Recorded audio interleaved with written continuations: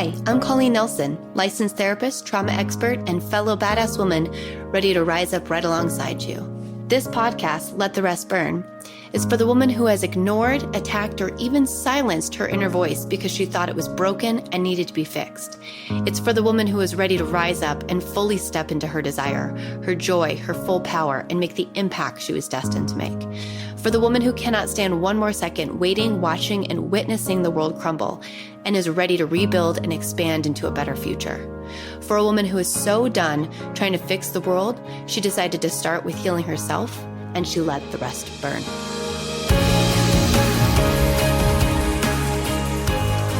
Hello, everyone. Welcome back to Let the Rest Burn. Colleen Nelson here with Sarah Yudkin, who is a trauma-informed relationship and anxiety coach, a friend of mine, a colleague, and someone that did my trauma-informed training last year. I am so excited to have her on. Sarah and I have been chatting quite frequently in different platforms. I think we started, what were you in? What was that? Clubhouse. Oh, we started in Clubhouse, and we've been on IG Lives a few times and have some good friends in the industry. So I'm so excited to have you here, Sarah. I cannot tell you how excited I am. Yes, thank you so much. I'm excited to be here. Okay, so Sarah, what I have been doing with this podcast is I am wanting my wonderful, incredible, powerful women in my life to come in and talk about your journey to this place. Now, I say this with a caveat because the journey never ends, but I think all of you have some incredible gifts and stories to share with my audience. And in particular, what it is that you had to do, let go of, burn to get to who you are today and really become this full, alive version of yourself. So when I ask the question, what is it that you had to let go of, that you had to burn to be the woman you are today? What comes to mind for you? I would say the expectations of how things should be is one of the biggest things I've had to let burn. And I mean, for me, especially with what I do, I'm a relationship anxiety coach who helps people kind of throw out the societal narratives of love and relationships that they've been ingesting since probably, birth, honestly. And as a former rom-com fanatic and, someone who has always loved love and still do love, but I had a lot of skewed perceptions of what that meant. And I've also had a lot of skewed perceptions of how life should be on other people's terms that I've really had to let burn in order to have any shot at starting to shape my own journey, right? And the funny part is I don't think that I'm fully the person, as you said, that I'm going to be in my life, but I've started to peel away those layers like an onion of just, oh, wow, these were things that someone else was expecting or timelines from society that people want to throw at you, but that's not necessarily what I have to do. Yeah, absolutely. Well, and Sarah, I think at each stage of the onion, we can live into our full self, right? So and that's something I want to redefine, right? When we think about, I'm going to be the woman I'm supposed to be. Like I always think of that magic number as 40. Like 40 women in their 40s are goddesses to me. They're like the pinnacle of what womanhood is. For any of you ladies that are in your 40s, you're goddesses and beyond. Let's be clear. You're just like even wiser goddesses as you get older. But I saw that as a turning point for me. And a lot of the work that I've been doing is recognizing that each singular stage of development, really, you can live into this full self. And I would say no matter what age you are, there's going to be something that you have to burn, but it's about looking in your current reality and saying, what's the next thing? What's the next thing that I am going to burn in the face of my truth? And what has come before me so that I can really appreciate the path I've been on? Because I do think we get caught up in who we're going to be, versus who we were and who we are today. So I just want to commend you, yes, you are in the onion peeling layers as us all. But when you think about what got you to this current layer of your onion, what was the hardest piece to burn for you? I would say I'm still burning many limiting beliefs about myself and my abilities. So a little bit about how I got to being a coach to help others with relationships and their anxiety is that I too went through it myself. I think many people become something that the old version of themselves needed, right? So my parents got a divorce when I was actually already graduated from college. So as an adult, I feel like, there's no necessarily bad or good time to process it. It's just kind of, it is what it is. But for me as an adult heading into my serious relationships, I just was cognizant of that. And it was something that I was just thinking, oh, well, that must happen to me as well. Or I'm not capable of having a loving, healthy relationship. And I just had all these negative stories about myself. And not only did I worry that I was going to have an unsuccessful relationship, I was worried I was going to be the person that contributed to that unsuccessful relationship. So there were just a lot of limiting stories about myself, and it was very disempowered. I didn't take responsibility for my own, I guess, way of showing up in the world. And I just thought that, oh, life is so hard, or why are these things happening? And what I've had to, I think, let burn are those limiting stories, but also the victim mentality of, oh, someone else is going to come rescue me, or someone else needs to figure this out for me. When in reality, nope, this is your life and you have to kind of own that piece. So that has been a huge part of my journey, I would say, in my 20s, is trying to take more responsibility and not handing it off to others. Oh, I think that's a really powerful statement, Sarah. And, I always like to clarify, being a victim versus victim mentality, because I think they're both very real and very different experiences. Being a victim of a crime or being a victim of an experience is just having empathy for yourself and recognizing that something happened to you that was outside of your control. The victim mentality is then taking that and not taking any empowered actions to recover, heal, and move forward. And I think it's so important to recognize that no matter what events happen to us in our lives, we do want to reclaim that power, and it is ours to reclaim. Anytime I'm talking to clients about clearing limiting beliefs, we have this discussion of, well, I'll love myself when somebody loves me. I'll feel worthy about myself when somebody tells me I'm worthy. I will be good enough when I get this particular job. And when in reality, we are the only ones who can actually believe that we are good enough, worthy, and lovable. And that is a journey, right? That is a journey in itself. Let's just say that out loud. But it is such a profound message for us to talk about, Sarah, because you're right. When we look at, I hate to throw Disney under the bus, but I'm just going to do it. I'm just going to do it. Okay. When we look at the Disney movies, and especially the ones you and I were raised on, none of the characters find their own truth within themselves. They find it through circumstances outside of themselves, most likely from a significant other in the process. Yeah. And that's been really impactful, I think, to our generation and how we believe we can find happiness and joy and love.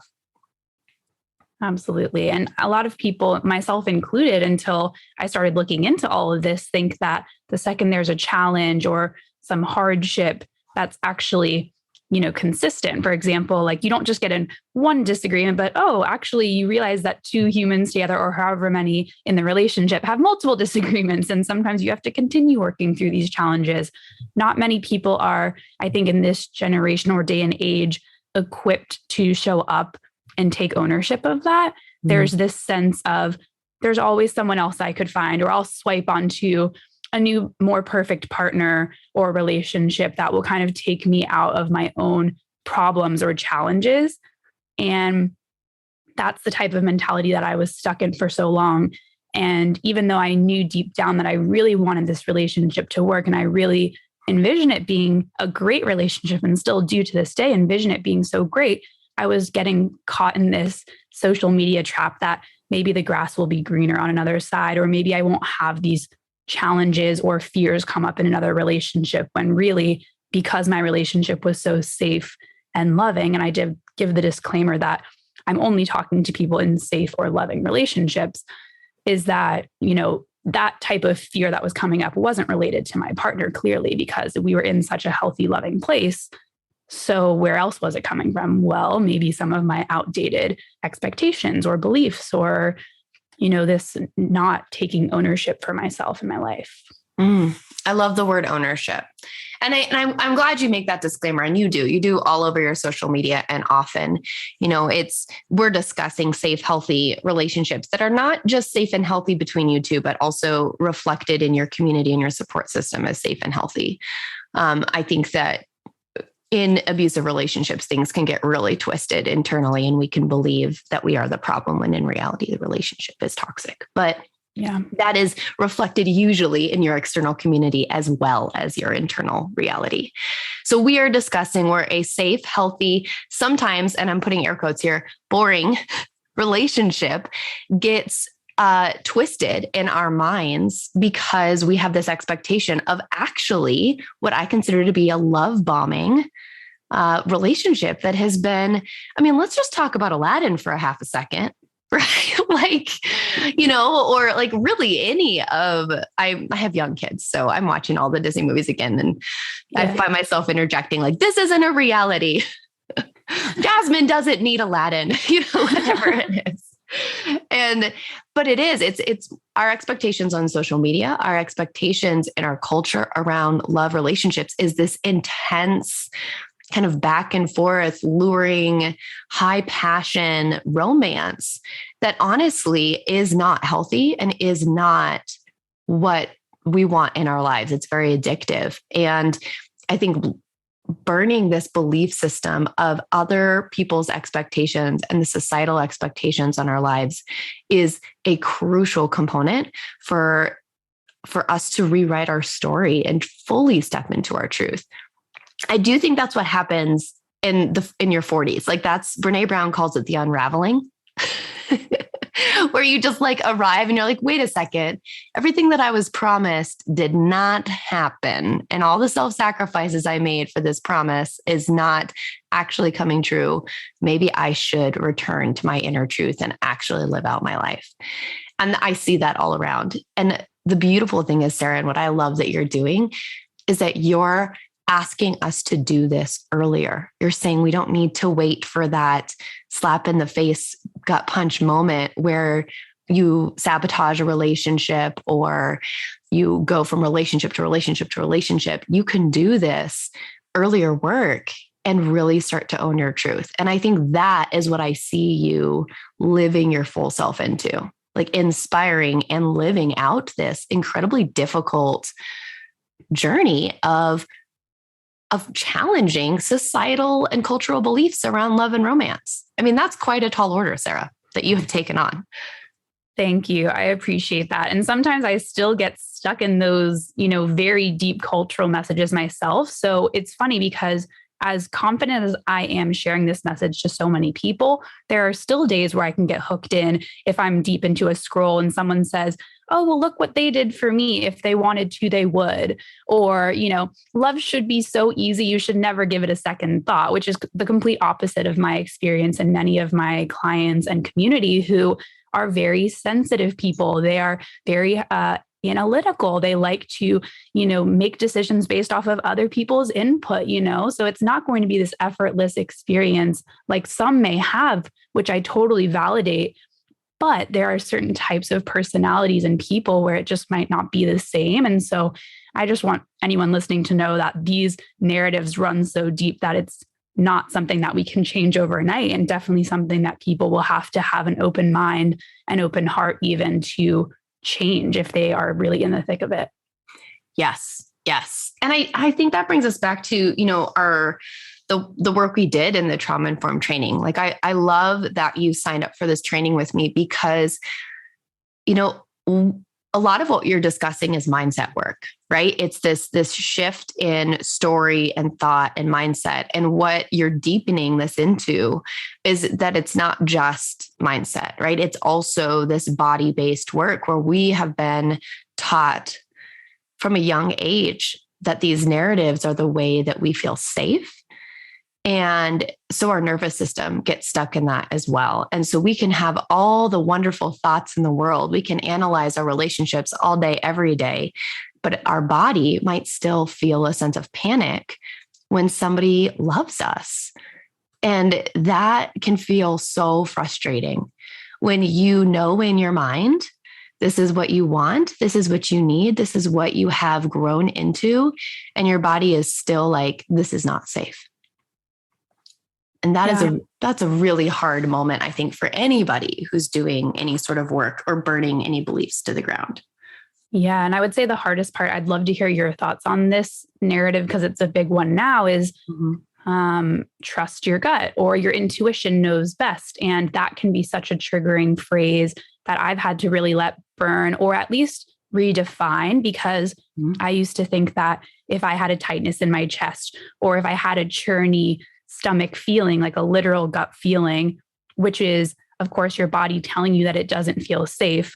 I used to equate that with a very literal, I'm not safe here, versus taking a little bit of time to get grounded, or at least bring some safety, and then come back to thinking about that. Because most times people don't ever understand that trauma is a body response, just as much as it is this feeling of unsafety that comes up from it. So if you are hearing about a celebrity couple breakup and you hear that, and then you have a gut response, you might think, oh, I'm not safe in my relationship, so that must mean I need to leave.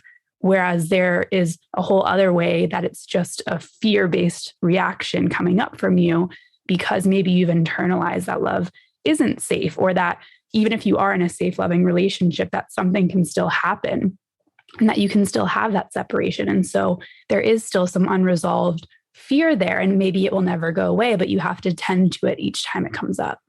Ooh.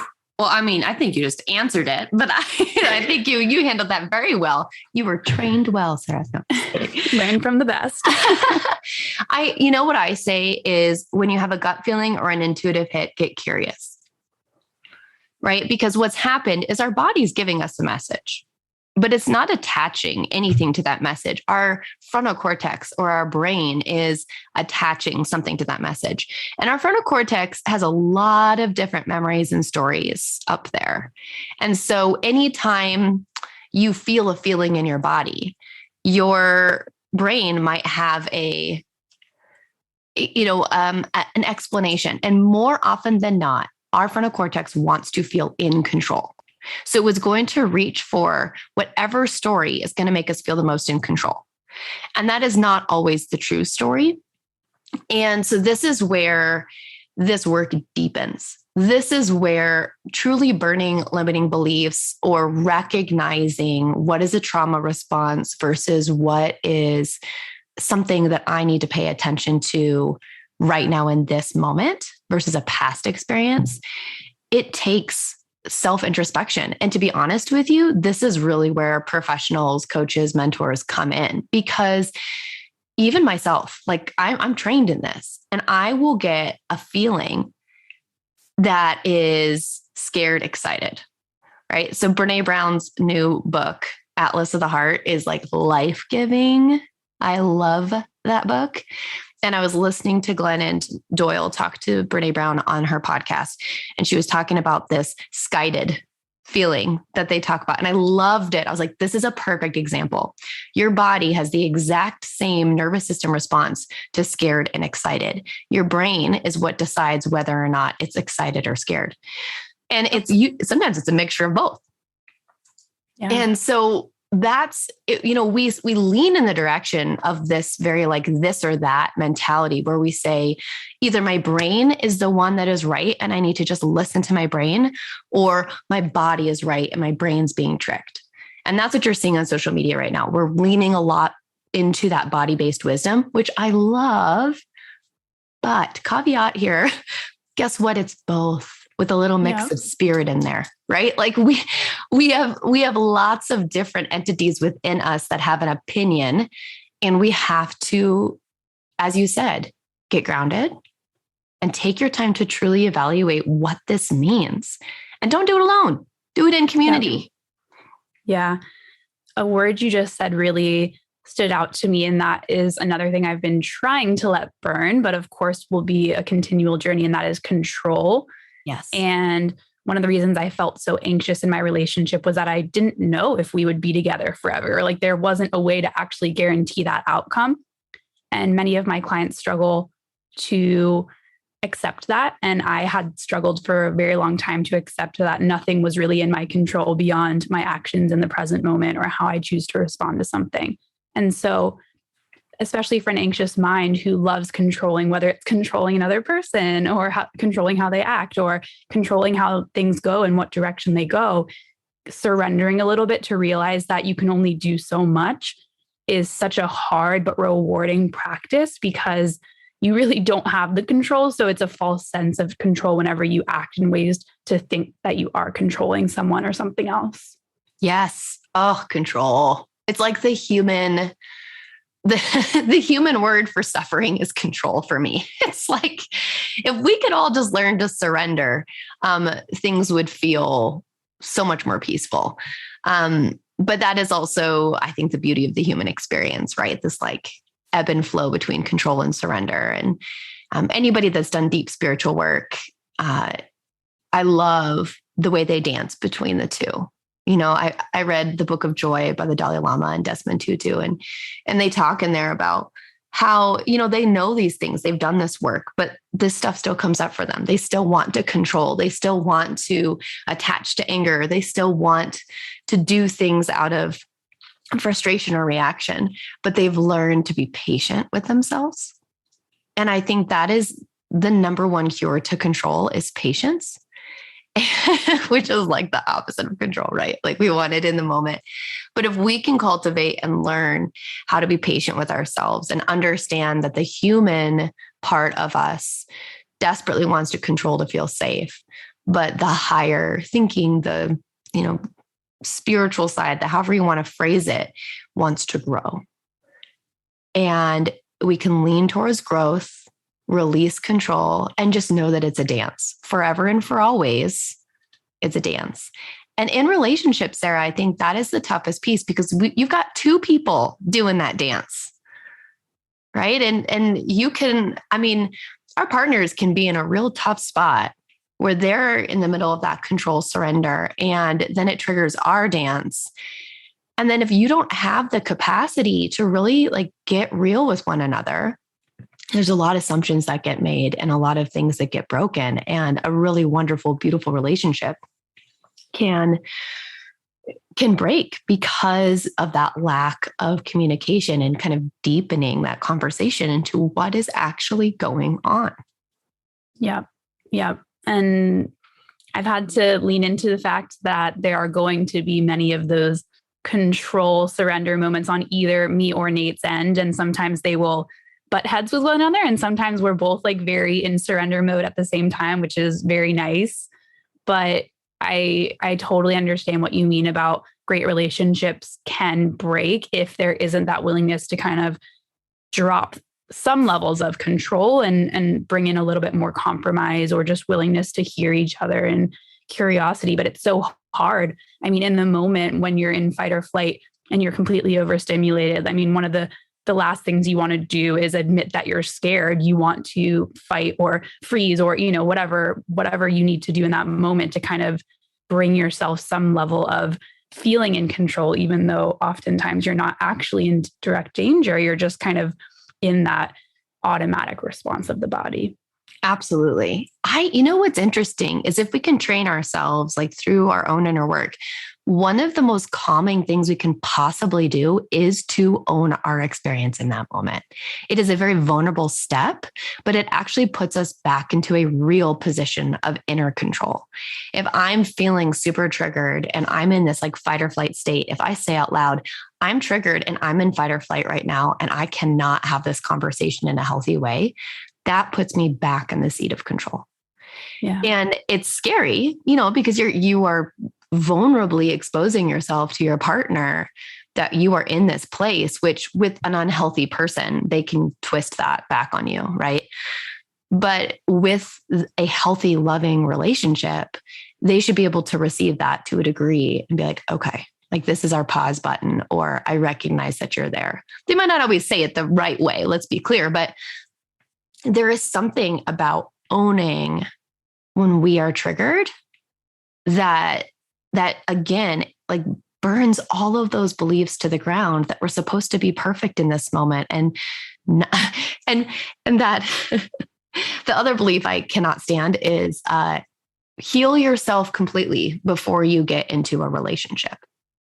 Yeah. Love yourself before you can love someone else. I always correct that too.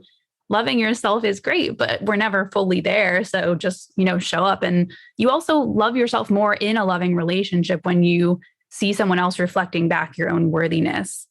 So I agree with that one. I don't love that statement either. No, the conscious relationship work that you do in a healthy relationship deepens your love for yourself. I'd say there's like a threshold. We'll call it like a bare minimum. There's like a bare minimum love for self in order to engage in a healthy relationship. Yeah. There is a level below that I think when you're in that very unhealthy space, a relationship is going to be incredibly difficult. It's not unrealistic, but it'll be incredibly difficult. But when you have this threshold of that bare minimum, I think that you can work from that way up in a healthy relationship. And this is it's something that I think, relationships today, Sarah, are something that they've never been in all of human history, right? We've never been at a place like we are today with marriage and relationships and commitment and really what we're asking for from our partners. And it's really beautiful because we're asking for something more than I think we ever have, but it's going to take a little bit of time to figure it out. We have to be kind of gentle on ourselves in that regard. Yeah. And that leads me, another thing that came up when you were just talking about how acknowledging when we're in fight or flight can sometimes be what we need to do, and just recognizing we're not in the place to have a conversation right then and there. One thing that I try to help my clients understand, and many of them, and myself included, want to resolve something fast. There's like this level of urgency, especially when you're feeling unsafe, you're triggered. If you're worried if someone's upset with you, you want to resolve it. But sometimes the best thing you can do is take some space and allow your partner to take that space, because trying to resolve something from a triggered place is likely going to blow it up much more than if you can just acknowledge, hey, I'm feeling some type of way right now, but let's take 20 minutes or 2 hours. As long as you communicate about how much time you need, I don't think the time necessarily is as important as you really grounding, or at least just getting to a more neutral place and then finishing the discussion. Because I think it can feel so threatening when someone needs their space when you're feeling like you're in a disagreement, but really it can be one of the best things. Otherwise, you're going to just kind of up each other's level of fear or triggered or defensiveness. Yes. Oh, and I will say this. If you struggle with being able to walk away from an argument, that is a trauma response. And you got to work on that in your own individual work, because it is always going to escalate the situation and further wound both parties. But there is, and I'm serious. I am one of these people. I've done a lot of work around this, but when I was in the middle of an argument, if somebody was like, I need space, and then shut it down, I felt like I was going to die. I literally in that moment felt like my body was going to die on the spot. And it's abandonment, right? It's a trigger of abandonment wounds that gets, I think, ignited in that moment, that if this person walks away, I will never again feel love. Now, clearly that's not like a logical statement, but my body does not care in that moment. And I have done some truly ridiculous things in that moment as a younger person. Mm-hmm. And I think those are moments for me where I learned, for anybody listening, like for real, like I've shown up at a restaurant with a robe on with shampoo in my hair because my boyfriend at the time was like, we need to end this fight, hung up and turned off his phone. And I just straight got out of the shower and like drove there, like next level status, Colleen. I was very young. Let's just be honest. I Okay. love that though. I love that you can just poke fun at your former self, but in like a compassionate way and help everyone understand they're not alone in that moment. It was, Uh, I remember walking in and being like, poor Miles, that was my boyfriend at the time. I walked in and I was so embarrassed. He was sitting there with all of his friends. And I was like, okay, this just happened. What are you going to do about this right now? And to be honest with you, that was like a watershed moment for me in getting help. So there is purpose sometimes behind those ridiculous behaviors because you take it so far that you recognize, okay, this is something that I mentally know that I shouldn't do, but my body is so triggered in this moment that I have to figure this out. And that's like anxiety plus, right? It's not just like, oh, they hung up on me and now I'm spinning in my head, because that feels awful as well. And this is where that deeper mindset work that you're doing, Sarah, comes in. But when you're taking action in a way that you don't even recognize yourself, this is where, it's a good indication that, okay, this is where I need to step out and get a professional involved, because I don't have to, and I shouldn't battle this alone. And truly, there's some incredible things tools, interventions that help us burn these stories to the ground. And I love working in tandem with coaches like yourself, Sarah, because I can do that deeper body work with my clients. And then you help them integrate it in this really beautiful way and put it into action in their day-to-day life. And I think that's that holistic care that comes in when we really want to apply these tools that we've learned from burning these beliefs to the ground. We need community to get us into that place of taking those risks and acting differently and doing the different things.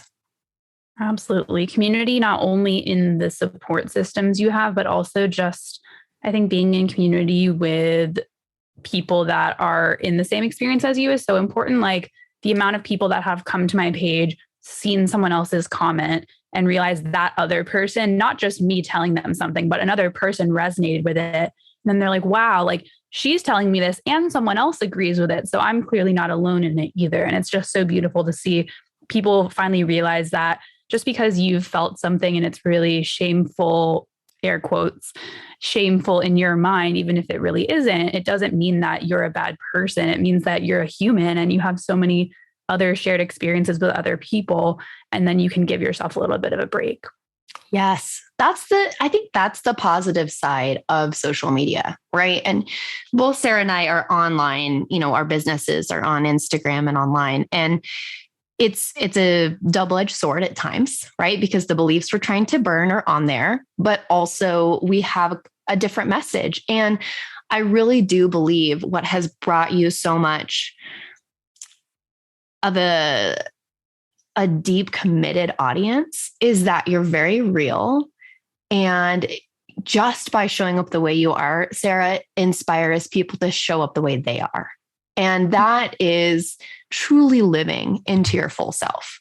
It isn't about being perfect. It's about being imperfect and being willing to own that and inspire others to do the same, which I really, truly see you doing more and more and more on your page, in your work, in our conversations.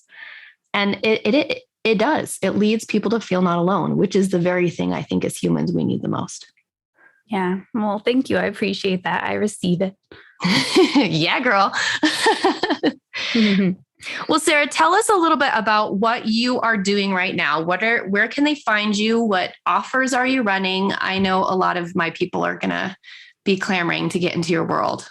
Thanks. Well, anything that you would like to know is likely on my website, youloveandyoulearn.com, and on my Instagram or TikTok, which are both at You Love and You Learn. I try and talk about a lot about just general experiences with relationships or relationship anxiety and how to work through some of the noise that we hear so much on social media. So that would be kind of the ways to get in touch with me or connect with me. And I offer private coaching, which is a 12-week experience where we really dive deeper into mostly mind, but also weaving in some of that body, information for people to get them a little bit more safety in their relationship experience. So they're not in that fight or flight place all the time. And then you can go through my self-study course, Deconstruct the Doubts, which helps you understand why you may be doubting your loving, healthy relationship and gives you tools to move through that.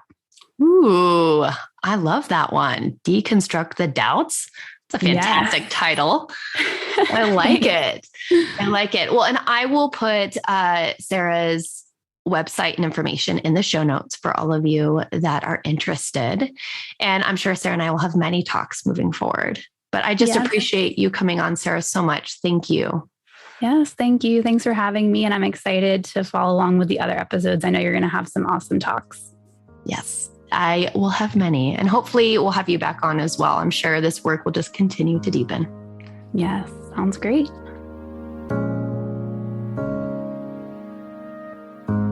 Thank you so much for listening. I appreciate every single second that you chose to set aside for you and the impact that you're going to have on the world today. To be inspired, to be seen, and to hold space starts with the very actions we take with ourselves. Look at the show notes for more information. Like and subscribe and share with friends if you feel inspired to. And as always, let the rest burn.